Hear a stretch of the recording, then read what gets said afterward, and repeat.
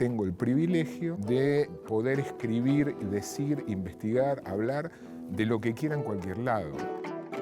El periodismo militante es lo más alejado del concepto periodístico, del criterio periodístico que yo aplico. Ha habido denuncias escandalosas cuando escarbas un poquitito, que se caen a pedazos. Lo que nadie puede decir ahora es que no hay posibilidad, no hay pluralidad. Tengo enormes diferencias con la línea editorial de C5N, así como tenía enormes diferencias con la línea editorial básica de TN. He visto deteriorarse el prestigio de muchos periodistas importantes. Me juré nunca dejar de escribir.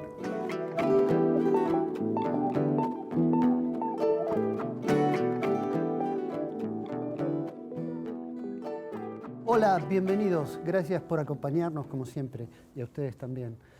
Como ustedes saben, en esta temporada de la clase estamos revisando junto con los autores los libros de investigación que tienen que ver con la actualidad.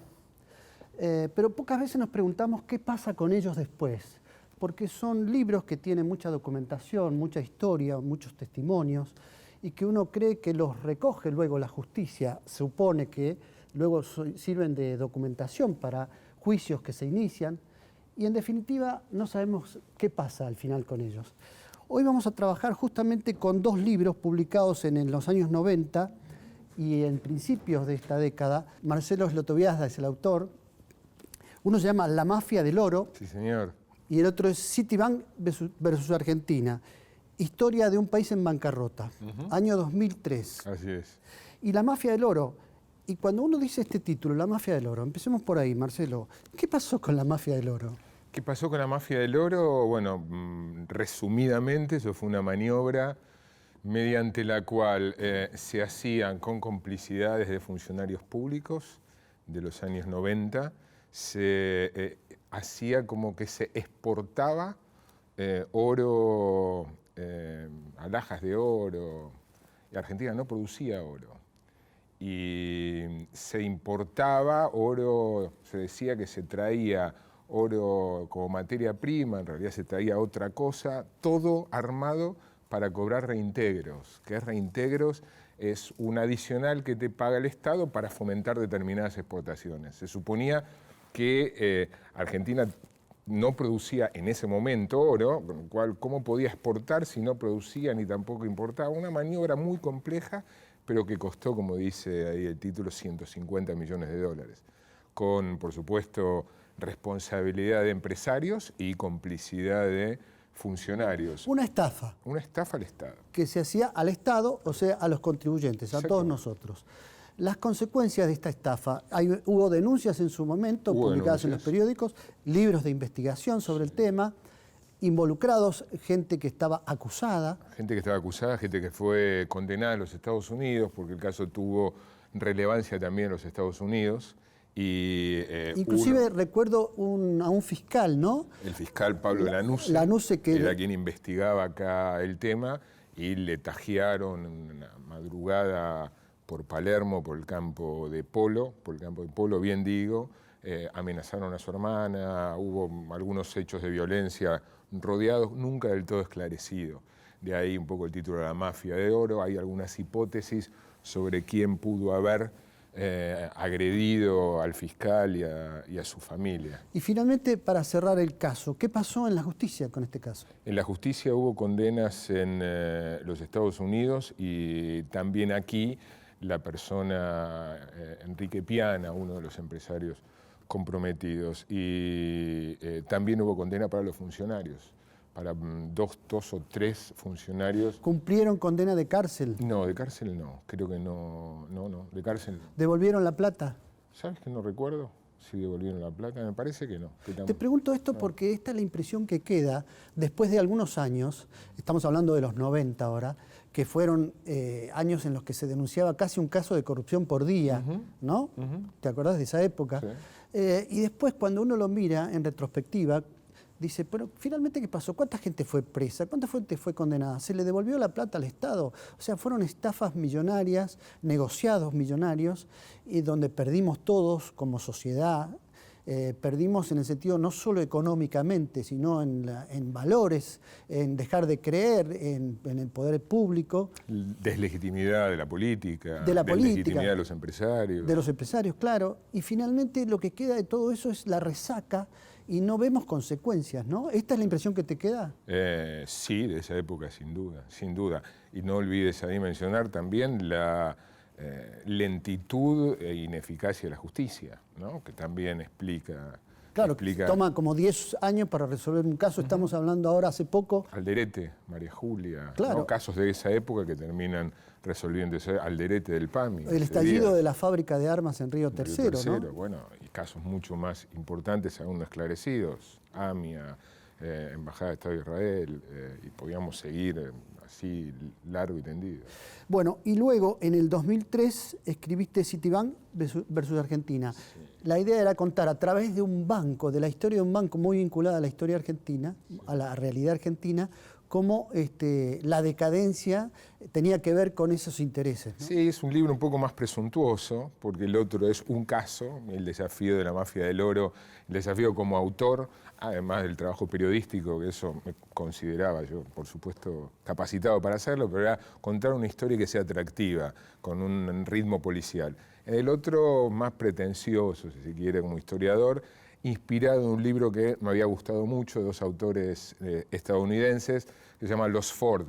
Y yo me di cuenta que leyendo la historia de Los Ford comprendí mucho cómo fue la historia de los Estados Unidos. Y digo, ¿por qué no aplicar eso, pero en lugar de Los Ford, con el Citibank? Y quedé bastante satisfecho con el libro. Y Cuenta es un libro de historia, es un libro de historia, claro, como a través de contar. Ahí el comienzo del libro, me lo acuerdo perfectamente, creo, no me acuerdo si 10 o 14 de noviembre, pero el 10 de noviembre de 1915, hace ahora se cumplieron, el año pasado creo que se cumplieron 100 años. 100 años. La primera sucursal de un banco de Estados Unidos, fuera de Estados Unidos, se abrió acá y fue el Citi, para tener idea qué representaba Argentina para los ojos de quien en ese momento era la potencia emergente Estados Unidos, que la primera sucursal que un banco de ese país abre fuera de Estados Unidos es en Buenos Aires. Qué importancia, qué relevancia tenía la Argentina un siglo atrás.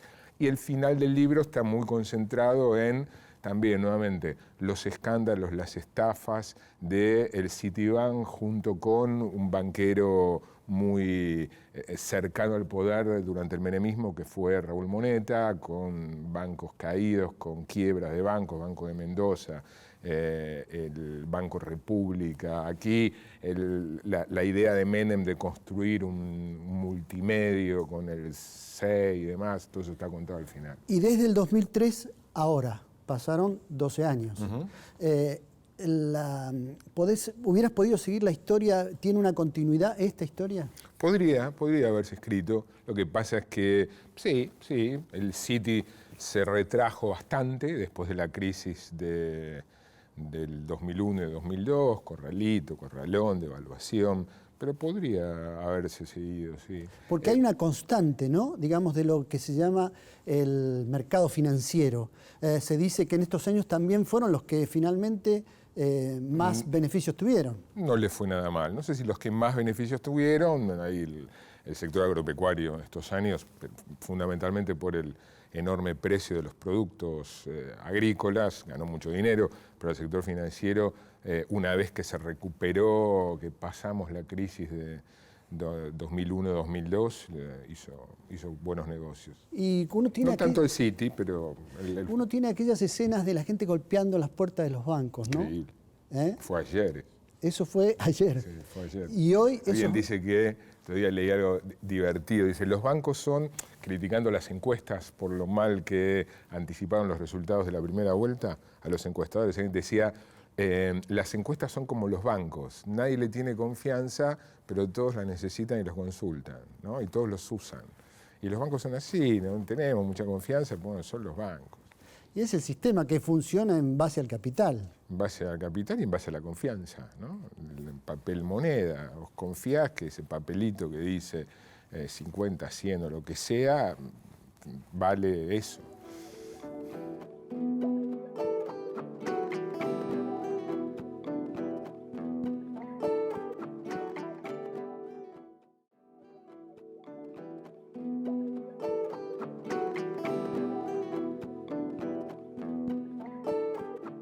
Marcelo, aparte de los libros, hay una historia personal también que tiene que ver con los años estos que hemos vivido, porque vos te iniciás en Página 12, digamos, te destacás como periodista de economía en Página 12, en los años 90 particularmente, y luego pasás a trabajar con un programa muy visto también en TN, digamos, y luego trabajaste para también otras... Sí, simultáneamente, hasta marzo del año pasado, yo estaba trabajando para TN y para el Grupo Clarín. Hacía radio, lo sigo haciendo, Radio del Plata, que es el grupo Electroingeniería, un grupo empresario bastante afín al gobierno, y escribo en 23, en su momento era del grupo Spolsky, era del grupo Olmos, ambos también, más bien afines al gobierno, y también escribo en El Cronista, que es de Francisco de Narváez. Francisco de Narváez viene, pero qué sé yo, es más opositor que oficialista, vaya uno a saber, sí. Digamos, serías como un ciudadano que tiene muchos pasaportes y que no se siente de ninguna parte, de alguna manera. Dentro de lo que se llama la grieta, ¿no? Que, sí. ¿Vos sentiste eso en estos distintos trabajos que tuviste? No, siento que la grieta o las diferencias, no importa el nombre, existe sin duda alguna. Yo trato de alejarme lo más posible de eso. ¿En dónde percibís que existe? ¿En el medio periodístico? ¿Está instalado en la sociedad en general? En el medio y en la sociedad. En medio de la sociedad, lo que pasa es que eso comenzó a generarse a partir de la discusión de la ley de medios. Por eso uno la asocia a los medios, y los medios quedaron muy expuestos, los medios en general. Y yo la verdad que trato de huir, de zafar de esa polarización. Pero sin embargo, por ejemplo, cuando se terminó tu programa en TN, el que conducías con Ernesto Tenenbaum, hubo mucha polémica, hubo mucha reacción, se decía que te habían censurado. No. Nosotros explicamos ahí claramente qué es lo que pasó. El canal quería, nos lo dijo además, quería que siguiéramos, no en ese horario, quería un programa más fuerte, que midiera más. Y en esa pantalla, no es lo mismo en cualquier otra pantalla, creo, en esa pantalla para medir más, te necesitabas conductores mucho más fervorosamente enojados con el gobierno, cosa que en mi caso no lo estaba, en el caso de Ernesto tampoco. Pero eran porque, no necesariamente por un problema ideológico, sino porque era un estilo también. Es la manera que yo tengo de entender el periodismo, ¿no? El periodismo tiene que mostrar todo lo que ve, por supuesto que en el periodismo no hay objetividad, cada uno tiene sus prejuicios, sus ideas, su ideología y su pensamiento. Ahora, hay temas que vos no podés esconder. Hay temas que vos no podés sesgar porque le conviene a uno, perjudica a otro. Toda esa locura, esos mecanismos, y yo trato de zafar. Bueno, y tengo el privilegio de poder escribir, decir, investigar, hablar de lo que quiera en cualquier lado. Y quienes me contratan saben que yo voy a ser yo, esté en TN, esté en la televisión pública, en donde sea. Si me contratan, saben a quién contratan.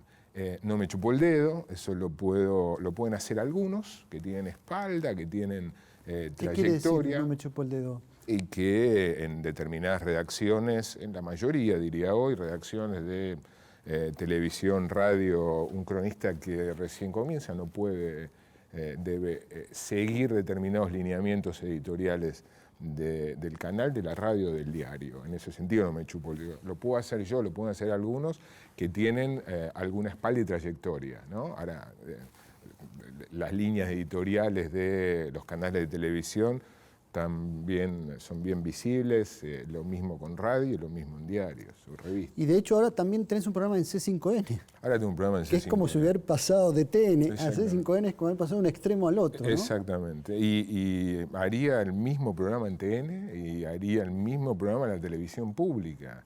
Y tengo enormes diferencias con la línea editorial de C5N, así como tenía enormes diferencias con la línea editorial básica de TN, pero bueno, son los lugares, tampoco es que existe el lugar donde me gustaría trabajar ahí porque el contexto, todo lo que rodea me es afín. No existe. Y yo trabajo de periodista y nuevamente tengo el enorme privilegio, considero que he ganado, de poder trabajar en C5N, en TN, si fuera el caso en la televisión pública, donde fuera, con el mismo criterio. Yo soy yo, mi concepción de cómo se hace periodismo es una y la aplico en donde sea. Ahora, creo que algunos periodistas también se han subido a protagonizar polémicas que uno siente que son ajenas a lo que es el oficio, ¿no? Ejemplo, vos tuviste que padecer alguna con Jorge Lanata, sí, con quien fuiste compañero de trabajo y después había críticas públicas que se hacían uno al otro, observaciones de uno al otro, que parecían más de otro ámbito, del ámbito de programas de espectáculos o de vedettes, que no tenían que ver con lo que uno estaba acostumbrado al oficio, ¿no? Sí, fue un cruce que hubo el año pasado.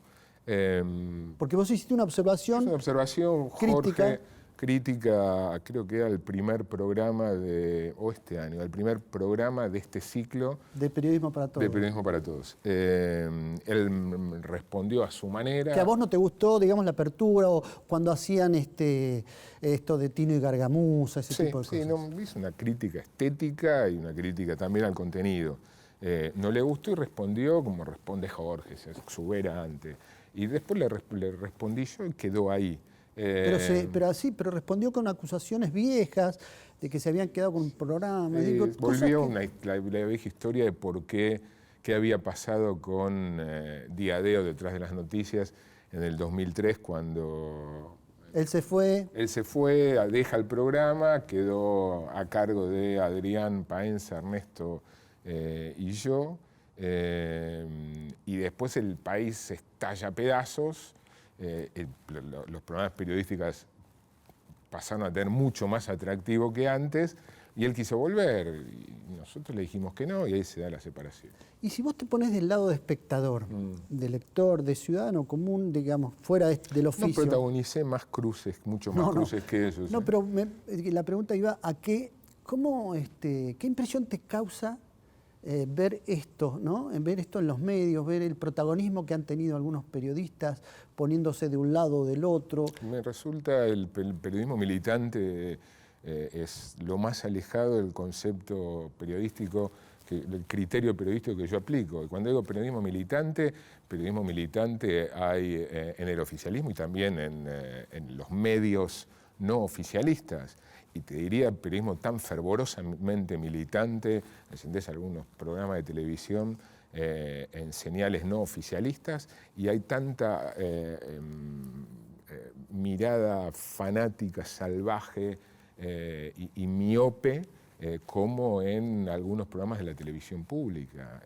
Actúan como un espejo. Y la verdad trato de estar lo más lejos posible en programas de radio, trato de estar lo más lejos posible de eso. Y entendiendo el oficio como uno lo entiende o como lo aprendimos, digamos, ya hace muchos años, como una contribución que es esencial para la conformación de un mejor sistema democrático, un servicio de información que no manipule, que no recorte, que no juegue para uno ni para otro. Entendiendo de ese lugar, ¿qué te provoca lo que pasó en estos últimos años? Y me provoca pena y en los últimos tiempos, lo comenté con algunos amigos, como hastío y rechazo. Yo casi no puedo consumir programas periodísticos en televisión y radio. Digo, no me aportan nada, me aburren, me resultan previsibles, sé lo que me van a decir según qué canal. En gráfica uno tiene todavía la posibilidad de ser más selectivo, ¿sí? Porque picoteás hay determinados periodistas a quien vos seguís de distintos medios, podés armarte un cuadro informativo de lo que uno es periodista y apenas si puede estar enterado de en lo que se especializa, los grandes temas, pero cuando querés tener el panorama general, de la gráfica podés armarte picoteando. Hoy no podés leer un solo diario, ninguno, absolutamente. Y si tenés voluntad y si tenés tiempo y ganas, podés armarte un cuadro de situación seleccionando esto de aquí, esto de allá, comparando. Claro, pero en general la gente no tiene. A veces siento asco. El público en general no tiene esa posibilidad de leerse todos los diarios apenas si puede rápidamente enterarse de los títulos de uno. Y digamos, se siente un poco indefenso frente a eso. Sí, bueno, pero está en la responsabilidad y en las ganas que cada uno tenga como ciudadano, los que no están en el oficio como nosotros, de construirse la realidad. Después cada uno elige. Yo sigo determinado medio y creo todo eso, está en la decisión de cada uno. Lo que nadie puede decir ahora es que no hay posibilidad, no hay pluralidad, ¿no? Pues tenés una tan amplia y hasta podés, si querés, con un poquitito de sofisticación, ir armándote tu realidad. ¿Y cuándo crees vos que comenzó esto y a causa de qué? Digamos, ¿tuvo un momento determinado? ¿Era algo que se venía preanunciando? No lo sé, no es un tema en el que yo le haya prestado mucha atención, pero claramente ¿Fue deliberado? ¿Alguien provocó que haya división en los medios? Digamos. No, hay mucha más responsabilidad en eso por parte del gobierno. Como promotor, quien desató eso, me parece que fue después de la crisis del campo, la reacción del gobierno con el impulso de la ley de medios y un cambio de estrategia comunicacional, el utilizar la polarización como herramienta, como lógica política. Me parece que eso está claro. Fue una estrategia, decís. Sí, fue una estrategia. Vaya uno a saber si la estrategia, muchas veces la estrategia no es que se sientan 4 cráneos en Casa Rosada, en donde sea, y la dibujan exactamente. Las estrategias a veces se van armando dinámicamente, ¿no? Se complementan con lo que va pasando en la realidad. Ahora, la reacción fue un espejo. La reacción de quienes se quedaron del otro lado o se pusieron del otro lado fue en espejo. Por eso hay periodismo militante, de la militancia del periodismo, todo lo que hace el gobierno está mal, todo lo que hace la oposición está bien, y lo que hace mal no lo cuento, de un lado, y del otro lado todo lo que hace el gobierno está mal, ¿entendés? Es como simétrico. Y no me gusta nada, ninguna de las dos, le hacen mal al periodismo, creo que no aportan, no contribuyen. He visto, no quiero hacer nombre porque no quiero quedar más, pero he visto deteriorarse el prestigio de muchos periodistas importantes.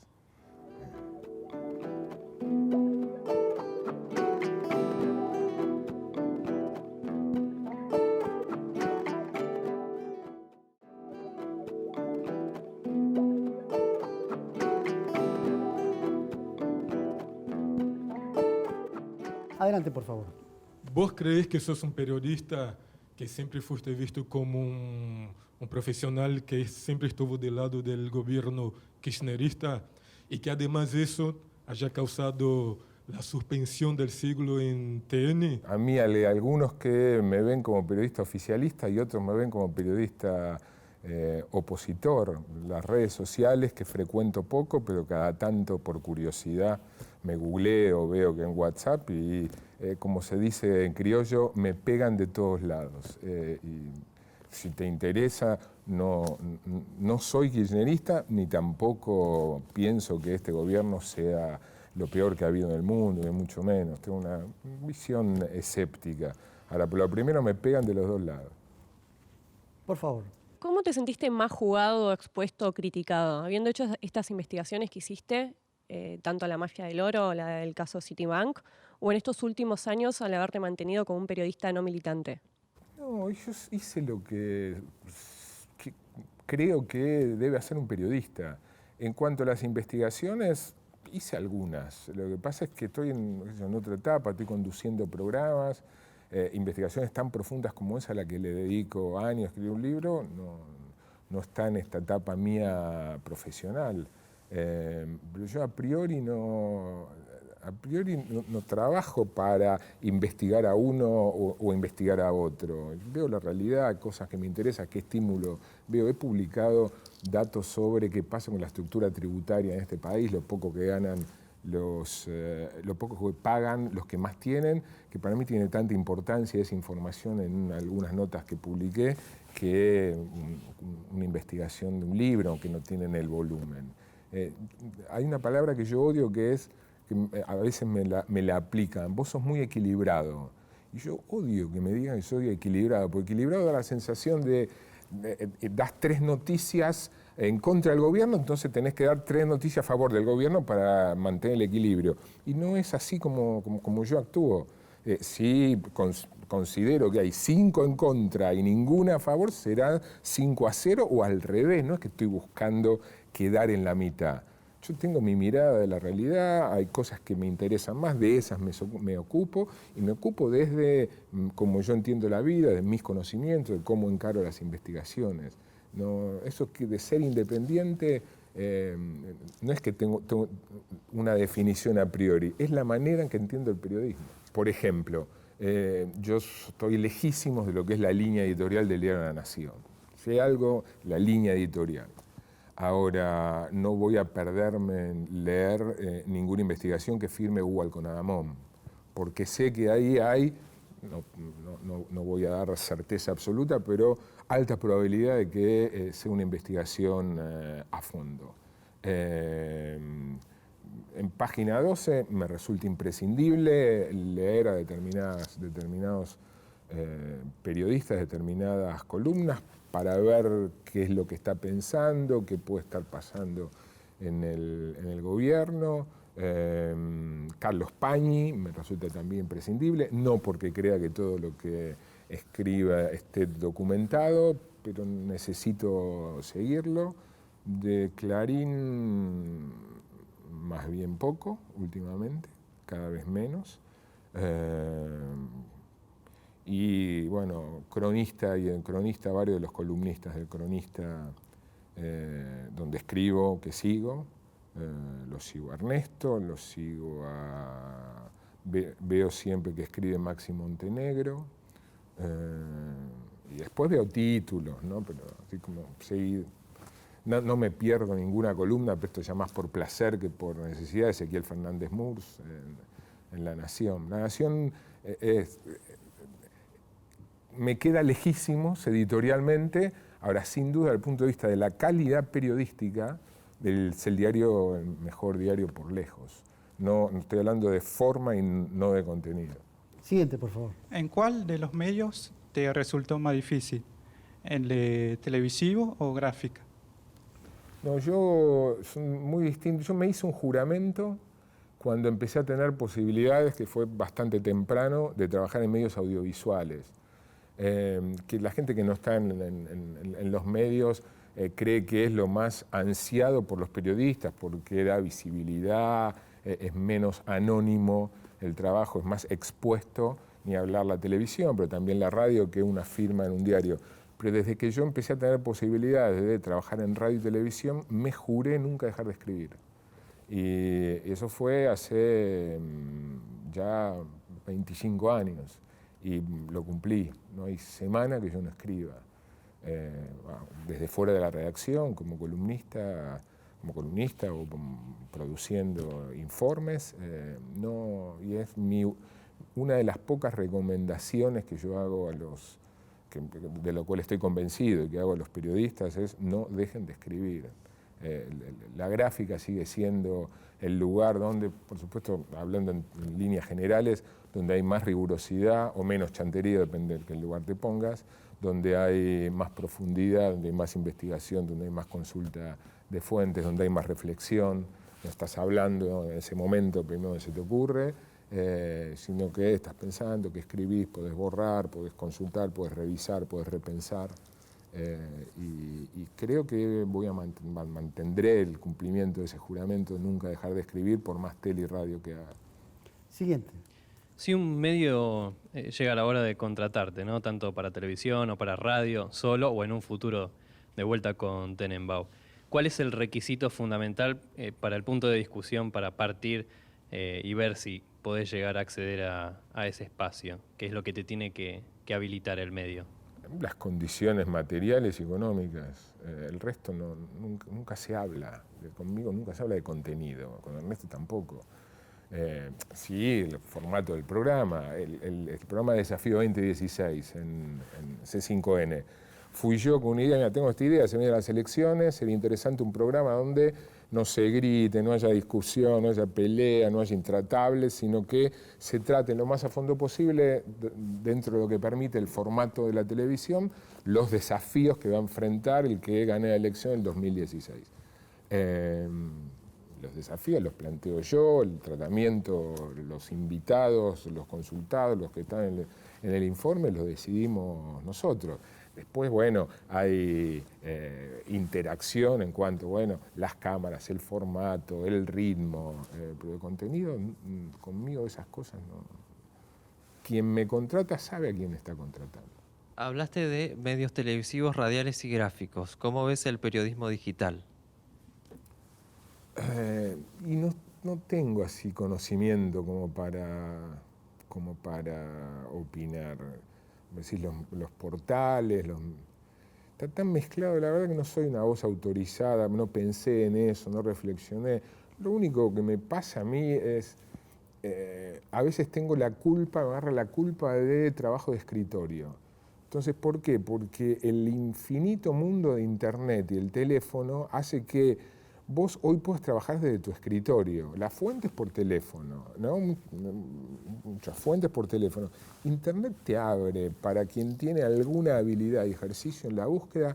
Yo siempre cuento, recuerdo llegar corriendo a la redacción de página con algún papelito que conseguía, un documento, algún paper en una oficina o en un centro, en una ONG, en un centro de estudios, y llegaba y quería pelear la cabeza de página o quería pelear, mirá, esta vale la tapa, esta nota, y eso era, yo tenía que salir. Y yo hoy de esas en Internet, documentos, información riquísima, qué sé yo, consigo 4 por semana, del mismo nivel de calidad informativa que en los 90. Entonces eso ha cambiado mucho. Entonces ahora me agarra la culpa, mira, con la habilidad y la experiencia de saber dónde buscar, lugares donde uno está suscripto, abonado.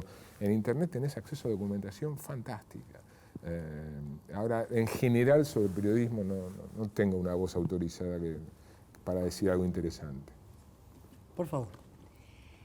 Es una visión del público en general, o en particular, no importa, que los periodistas, tanto en radio como en televisión, ya no nos informan, sino que se han convertido en opinólogos. O sea, hay más opinión que información. ¿Cómo es tu mirada acerca de eso? Creo que sí, en general sí. No desmerezco la opinión siempre y cuando la opinión sea honesta. La gente quiere, busca también opinión en los medios, en la tele, en la radio y en los medios gráficos también. Te cuento, yo lo que intento cuando opino es fundamentar. Mirá, creo que esto es así porque, y aquí están los datos. La manera, me parece que tiene. El opinólogo es aquel que dice, él es malo, él es malo, él es malo, él es malo, y no te cuenta por qué es malo. Presupone, esto está bien, y mostrame por qué está bien. Desde tu punto de vista, pero fundamentámelo. En las columnas vos ves incluso el trabajo del columnista, ¿no? Hay columnistas que su análisis no tiene asidero en nada, es lo que a él se le ocurre que pasa, y hay otros columnistas donde te fundamentan por qué ellos están opinando en la columna lo que opinan, ¿no? Vos podés no estar de acuerdo con el fundamento o con la conclusión que él saca a partir de ese fundamento, porque con esos mismos datos vos podés llegar a otra conclusión, pero por lo menos te los da, ¿no? Me parece la opinión fundamentada. y no que se para, ¿viste? Y hay cada vez más en la televisión que, ¿viste? Con el dedito así, como el cura en el púlpito, bendiciendo o maldiciendo a quien sea. Y me genera rechazo.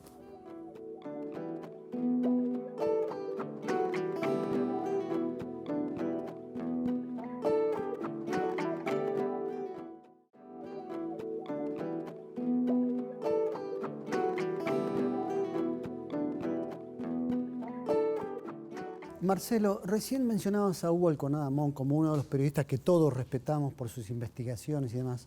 Vos trabajaste en Página 12 en los años 90, un diario que se dedicaba mucho a publicar investigaciones, y luego en estos años, ya no estás ahí, pero ha cambiado su línea editorial. Y hablabas también de la línea editorial de La Nación.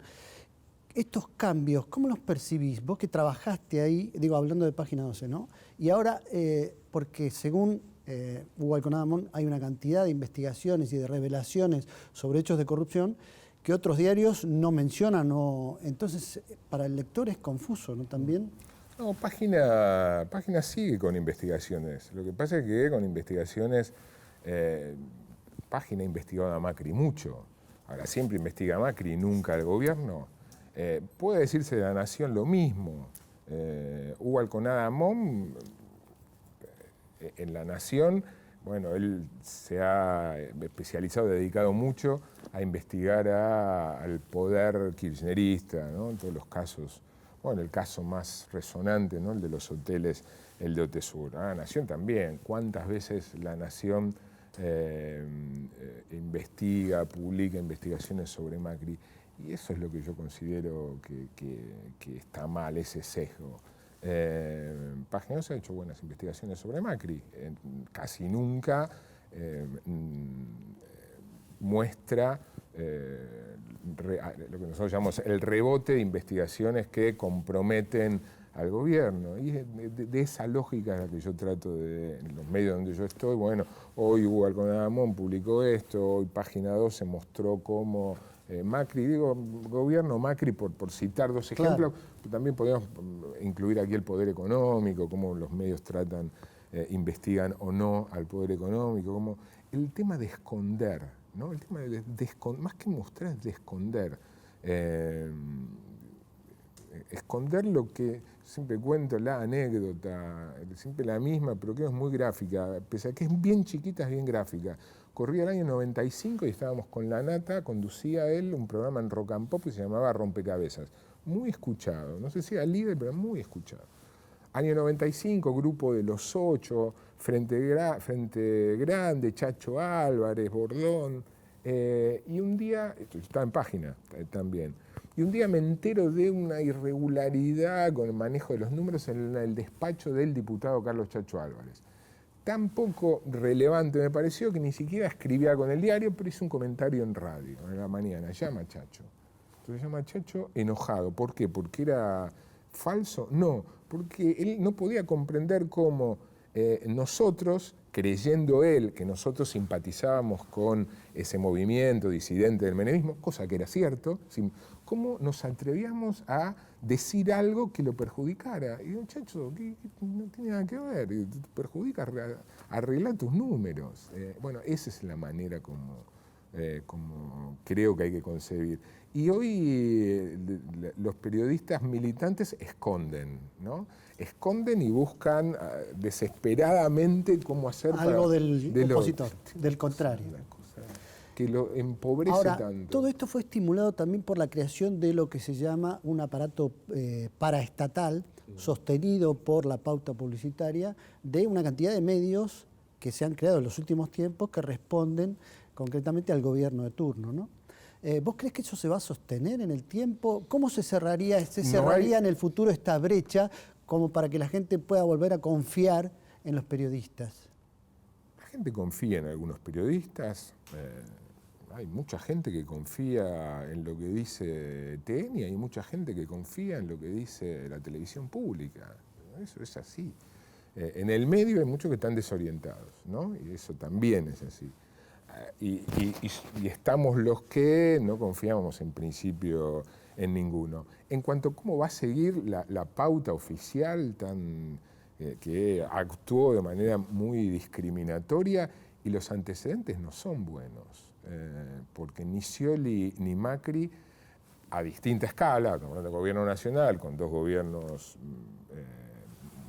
provincial y municipal, estaduales, también utilizaron la pauta publicitaria de manera poco clara, y mucha pauta publicitaria, ¿no? Tanto Scioli como Macri.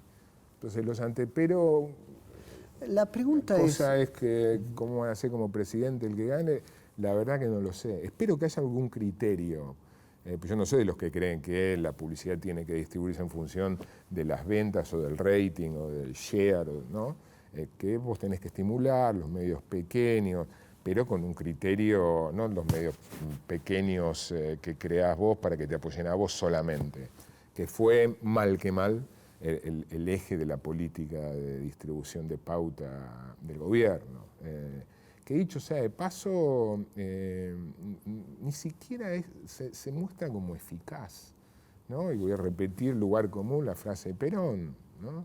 Gané con todos los medios en contra, cuando tenía todos los medios a favor, me echaron.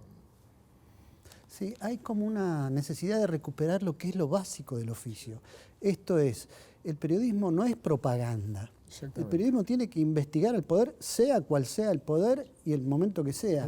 Y la propaganda del gobierno tiene sus recursos para hacer publicidad de los actos oficiales, pero no, el periodismo no tiene que hacer publicidad de los actos oficiales. Digamos, son todas cosas tan básicas que se han perdido, ¿no? Como yo he escuchado periodistas que dicen, bueno, si hablas mal también hay que hablar bien. Bueno, eso es lo Como que si yo hablar... te decía, lo del equilibrio. Tenés que actuar en base a tus reales convicciones, ¿sí? En función de periodista. Hablar bien, hay información, la información será valorada por los oyentes, por los espectadores, por los electores, dirán, bueno, la valoro como una acción positiva o negativa o lo que sea, seré crítico, ¿no? Pero hay información, no hay... Sí, pero vos como periodista, la información no necesariamente... Hay hechos, digamos. Sí, pero no necesariamente los volcás, los transmitís, los escribís o los contás asépticamente. No. Priorizás, analizás, le das contexto, ¿no? a la información. Y al hacer todo eso, vos estás incorporando tu punto de vista. Claro. ¿No? Hay un recorte. Haces una presentación, Claro. escenificás algo que te enteraste, que averiguaste. Pones en contexto, ves antecedentes. Analizás qué impacto va a tener, qué consecuencias de una medida, por ejemplo. Cuando vos hacías, por ejemplo, la historia del Citibank y Argentina y demás, uno podría hacerlo con YPF, con aerolíneas, digamos, a través de esas empresas que se vendieron, que se compraron, y que en el medio seguramente hubo mucha intermediación y gente que ganó mucho con eso. Digo, uno puede ver una continuidad de los 90, de estos años y demás, y hay mucha demanda de justicia, hubo muchas denuncias de corrupción como en aquellos años, pocas consecuencias en la justicia, y ahora con todas estas investigaciones últimas, estos libros últimos que han aparecido, que también con mucha documentación, la pregunta es, ¿vos creés que va a haber en los años siguientes, en algún momento, todo ese trabajo periodístico de los libros de investigación tendrá consecuencias como fue La mafia del oro en su momento, como son los libros que prueban además actos de corrupción? El futuro es lo más difícil de pronosticar, ¿no? Quiero creer que sí, para ser optimista, pero la verdad que no lo sé. De todas maneras, el denuncismo está muy inflado, ¿no? El denuncismo en general en Es la parte Argentina. también del negocio periodístico. Sí. Ha habido denuncias escandalosas cuando escarbás un poquitito, que se caen a pedazos, perjudicando a distintos sectores, ¿no? Políticos. Esa ansia Pero hay una medida que vos puedas adjudicar, decir, bueno, hay un grado de corrupción que afecta a la sociedad, a lo que llamamos... Grado de delito, sí. El grado de delito, sí. Corrupción entendida como dinero que se desvía del erario público, el impacto es mucho menor que la fantasía, que la creencia global. La corrupción en sí, hay un montón de estudios sobre eso. El impacto Si vos incorporás el delito, y el delito es la evasión, las estafas, sector privado, público, el delito sí, ahí cómo impacta el delito en la vida cotidiana, incluyendo la corrupción, por supuesto, entendiendo corrupción donde hay algún protagonismo de la política, ¿no? del Estado, de los gobiernos. Pero esto de que si no hubiera corrupción viviríamos muchísimo mejor no es cierto. Hay, la mayoría de los periodistas de investigación con los que hemos hablado coinciden en que hay como un sistema que excede a los gobiernos, que es un sistema instalado de malversación de fondos, de coimas, de sobornos, que ya funciona al margen de quien esté en el poder, que funcionaba en los 90 o que que empezó a funcionar en los años 90, que se mantiene en estos años, que es como parte de la administración pública, incluye coima, soborno. Es que es intrínseco a el lado oscuro que tenemos los seres humanos, tratar de hacer trampa y estar al margen de la ley. El tema es de grados. El tema es de grados. ¿Y qué responsabilidad le adjudicás a la justicia en todo este sistema, digamos? Porque hay como una gran demanda de justicia que parece que nunca se termina de satisfacer. La justicia ha quedado detrás de la demanda, sin duda alguna. Y la verdad que a veces me pongo, bueno, está este caso de corrupción, ponerse en el lugar del fiscal y del juez, cuáles son las reales posibilidades de ir a fondo. Y a veces llegar a una conclusión contundente sobre un caso de corrupción denunciado, y no es tan fácil como parece. Con esto no quiero desligar de responsabilidad a la justicia, creo que está muy por debajo de lo que debería, pero también esto pensar que automáticamente un caso de corrupción tiene que tener consecuencias judiciales a los 2 años, solo por voluntad y buena tarea de los funcionarios judiciales. Me parece que es una mirada ingenua y con desconocimiento. Marcelo, te agradecemos mucho por tu trabajo, por los libros publicados, y esperamos que sigas cumpliendo con el juramento ese de no dejar de escribir. Espero cumplir conmigo. Gracias, Marcelo. Gracias.